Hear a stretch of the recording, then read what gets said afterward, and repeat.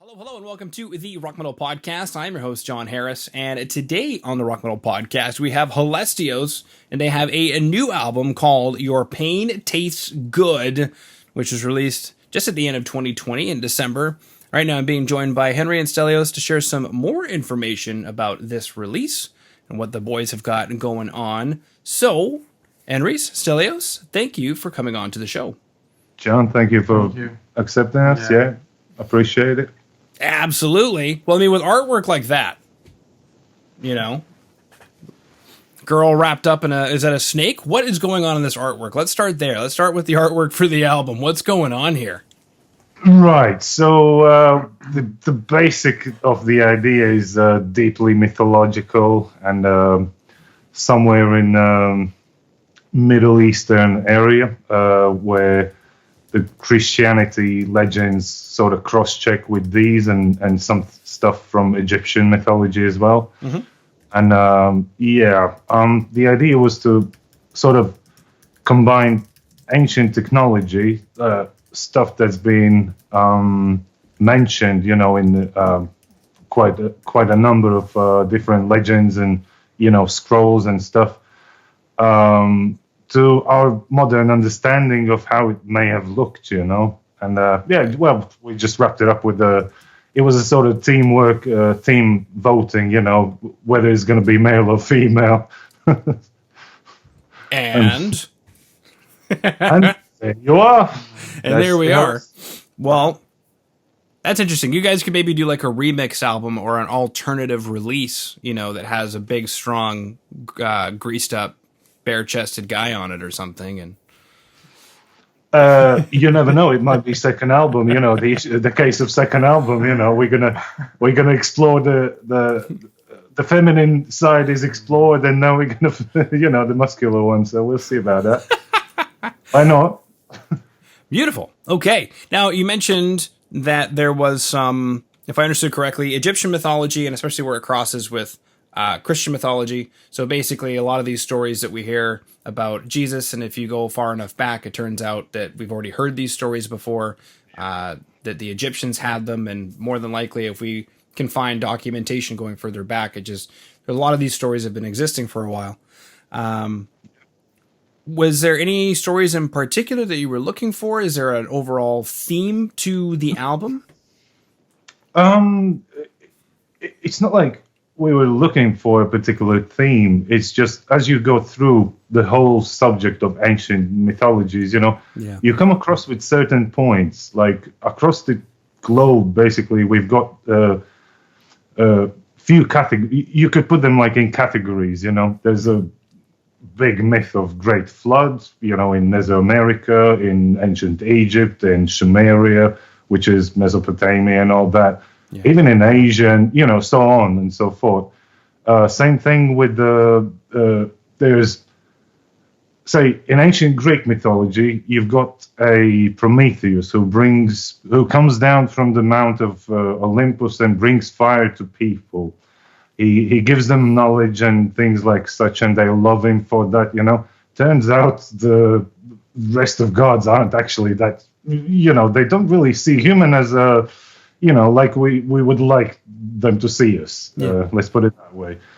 And I'm sort of been discovering more stuff about Middle Eastern mythologies like Ebla archives and Ugarit archive and Egyptian as well. And pretty much same story we receive over there as well. There is this guy who's been sort of more kind than others. He's still not massively. I mean, he would still kill if they were disobedient, and there's a lot of stuff like that, you know.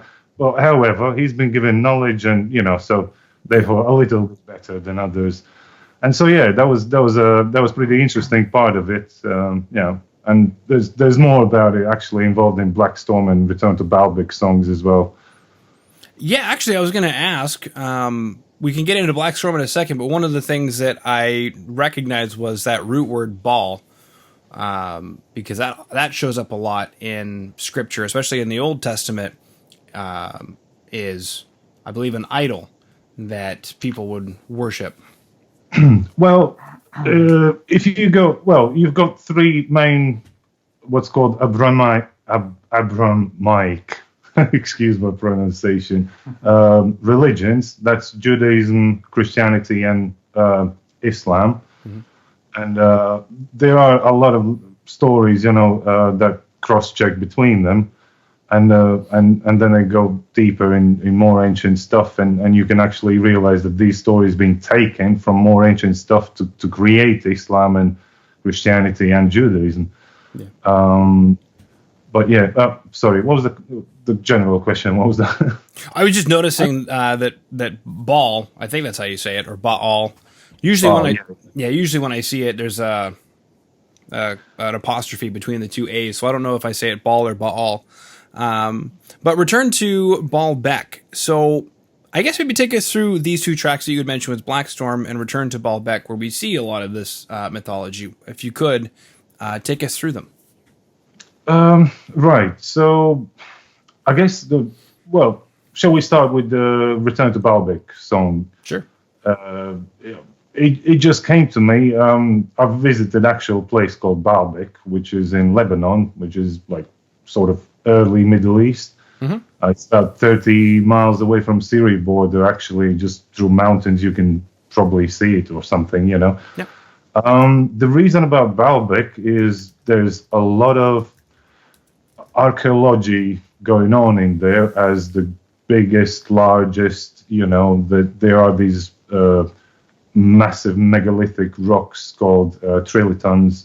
The weight of them is something like over 1,000 tons each. They're stitched together. I was actually there myself. I've got some. I've been there. Spent some time in there and just checked over all the rocks and everything. And the funny part about, as you said, the Baal and Baalbek. This archaeological site is a physical evidence of something that was in a great ancient time back. Something was there, and then we got these mythologies. If you just go from one side, just from mythological side, it's always easy to say, yeah, but these just legends. People make stuff up, and as time goes, God knows what else can there be and stuff like that.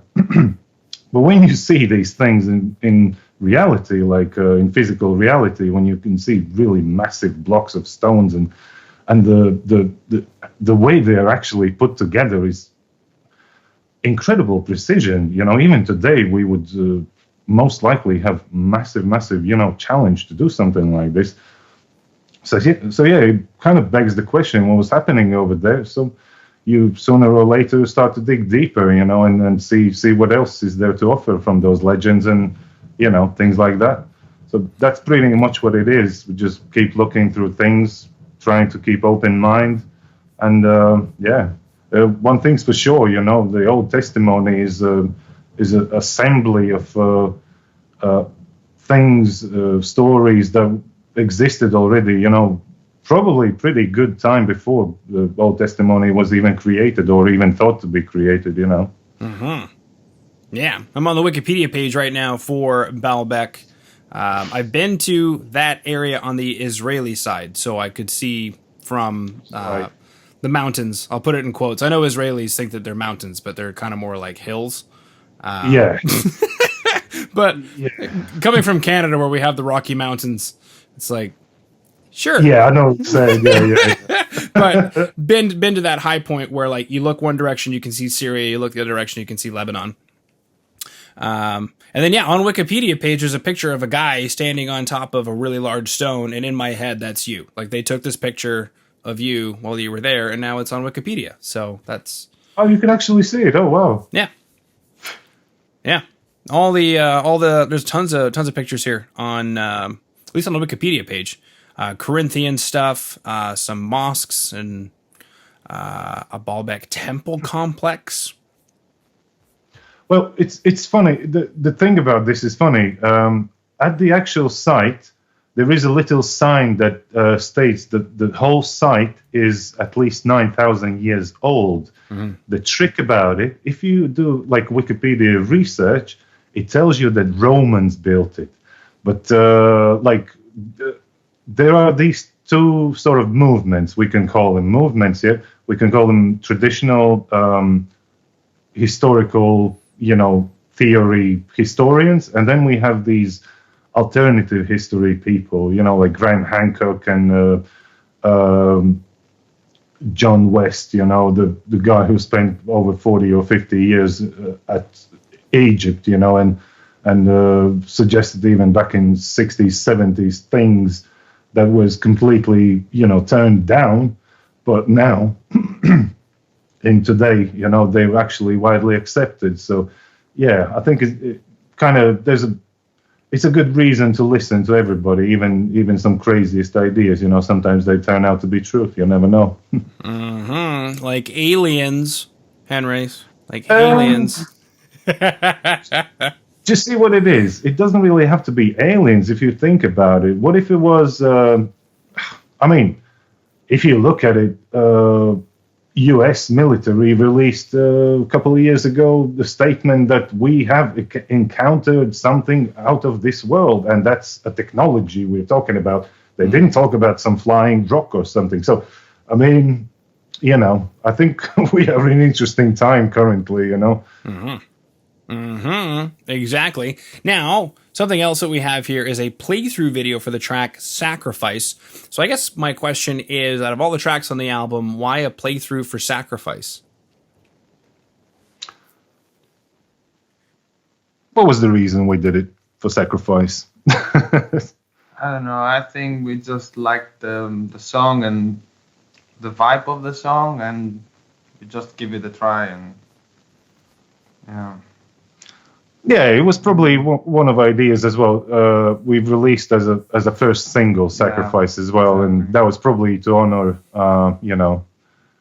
just to honor Sacrifice. But yeah, there's personally, I think it's a great, track, and just had to go for the first one, Mm-hmm. I like the guitars. The guitars look nice. Can you take us through the guitars for all the gearheads that are watching? Sorry? The guitars look nice. Can you take us through the guitars for the gearheads that are watching? Oh, right, sure. So, the brand of my guitar. Yeah, right? what are you playing? What guitar? This model I have is a Lega guitar. It's made in France. I think the factory is not like producing anymore this kind of models. So yeah, I'm using this guitar, and mostly I'm using MXR pedals and Marshall amps. And what about you? Yeah, I'm a massive fan of EMG, pickups. So one of my old guitars is a old SG Custom sort of complete restrip remake, and it's got EMGs in. And the black one I've got on Sacrifice playthrough video is a ESP limited deluxe model. Absolutely love it. It's also again EMGs inside, so something familiar for me. I've been playing through years, and absolutely enjoy it. Uh-huh. It looks like the drum kit's mic'd up. Is this from the studio when the drums were recorded? Yeah, it must have been. It must have been because we've done it. The drum actual recording was 3 days. 3 separate days, 3 full days, and it must have been some from the actual recording. Yeah. Yeah, there's a couple of mics on the snare at least on the top, and then. Oh yeah, I mean, you know what the demands of modern metal music are. You've got, if you haven't got 32 mics on your drums, you're nobody. Yeah. 32 mics and then 7 samples on each drum. Yeah, that's it. Cool. All right. Is there anything that I missed? Why is the record called Your Pain Tastes Good? Does that have something to do with the mythology? Right. So where we go with this, it's not just pure mythology in album lyrics. There's also I'm trying to sort of connect with the contemporary, social lifestyle where we are and what we think, what we want to be, and sort of just traditional questions, who we are, where we come from, and all that sort of thing. And by the time when we were recording Your Pain Tastes Good, the title song, it just really seemed so appropriate, with everything else involved, it just seemed that's it, this is the thing. Okay. Beautiful. Did I miss anything that you guys wanted to chat about? Man, I could talk about ancient mythologies and archaeology around the world for hours, even though we are plus 7 hours here, I believe, yeah. I mean, about in that. Canada, what's it like four in the afternoon now or something like that? Close. If I were further east, but I'm further west, so it's 2:30 here. Right, 2:30. Excellent. You just had lunch, right? It's 9:30 here in the evening, So, but I guarantee you that if we go into that chat, you'll be the first one to fall asleep. Okay. Beautiful. Well, boys, we chatted about Black Storm, Return to Baalbek, Your Pain Tastes Good, the album. We chatted about the playthrough video for Sacrifice, the concepts that are going into Your Pain Tastes Good, even the artwork. So that concludes my questions, boys. So unless there's anything else, I just wanted to thank you for coming on to the Rock Metal Podcast. Yeah, absolutely, Thank you for John. having us. Absolutely. Thank you for having us, and thank you.